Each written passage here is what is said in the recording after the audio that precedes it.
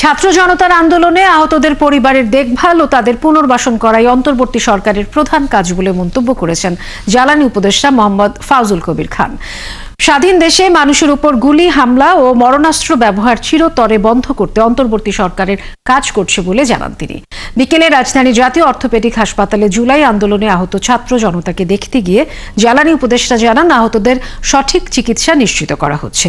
সেই সাথে আন্দোলনে গিয়ে যেসব পরিবারের একমাত্র উপার্জনক্ষম ব্যক্তি আহত বা নিহত হয়েছেন তাদের পুনর্বাসন করা হবে।